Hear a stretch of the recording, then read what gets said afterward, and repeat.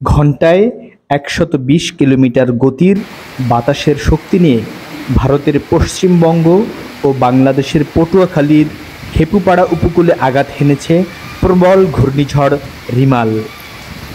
গতকাল রোববার সন্ধ্যা ৬টায় বাগেরহাটের মংলার দক্ষিণ পশ্চিম দিক দিয়ে খেপুপাড়া উপকূল অতিক্রম করে এ ঝড়। আবহাওয়া অধিদপ্তর জানায়, ঘূর্ণিঝড়টির কেন্দ্র আরও উত্তর দিকে এগিয়ে পরবর্তী ৫ থেকে ৭ ঘন্টার মধ্যে উপকূল অতিক্রম সম্পন্ন করতে পারে। ঘূর্ণিঝড়ের কেন্দ্রের ৬৪ কিলোমিটার মধ্যে বাতাসের একটানা সর্বোচ্চ গতিবেগ ঘন্টায় ৯০ কিলোমিটার, যা দমকা হাওয়া আকারে ১২০ কিলোমিটার পর্যন্ত বৃদ্ধি পেয়েছে। এদিকে ঘূর্ণিঝড়ের প্রভাবে দুপুর থেকেই উপকূলে ঝোড়ো বাতাস ও বৃষ্টি শুরু হয়েছে। উত্তাল হয়ে উঠেছে সাগর। বিভিন্ন জেলায় বাঁধ ভেঙে তলিয়ে গেছে অনেক গ্রাম।